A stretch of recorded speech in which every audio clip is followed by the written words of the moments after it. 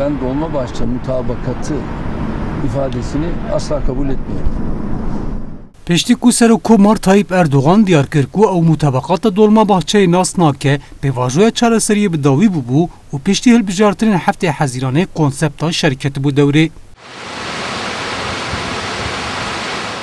Tevî ku piştî pêvajoya çareseriyê ku rêberê PKK Abdullah Öcalan da bû dest pê kirin, du salan cenaze nedihatin û li Tirkiye rewşa aram hatibû afirandin jî ji ber nenazkirina mutabaqata Dolmabahçeyê her roj cenaze diçin bajarên Rojavayê Tirkiye. Ji ber pêvajoya çareseriyê bi dawî bû û şer dest pê kir, ji ber kuştin zêde bûn, gelek cerdevanan çek berdan û gelek leşkeran jî îstîfa kirin.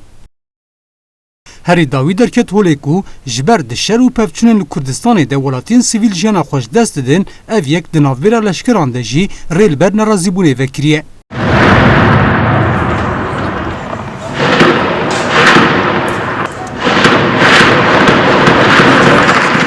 Hatî dakirin ku 23 leşkerên ku bi qetilkirina sivîlên li Kurdistanê re qanih nebûn îstîfa kirin. 23 çavuşên pîspor û payebilindê leşkerî yên ser bê fermandariya alaya cendermeyan a Çaqir Sûd a Şirnexê ku nexwestin tevlî van êrişan bibin îstîfa kirin. Hat ragihandin ku leşkeran hem ji ber zor û zehmetiyên şerê li nava bajêr hem jî nexwestine sivîlan hedef bigirin û îstîfa kirine.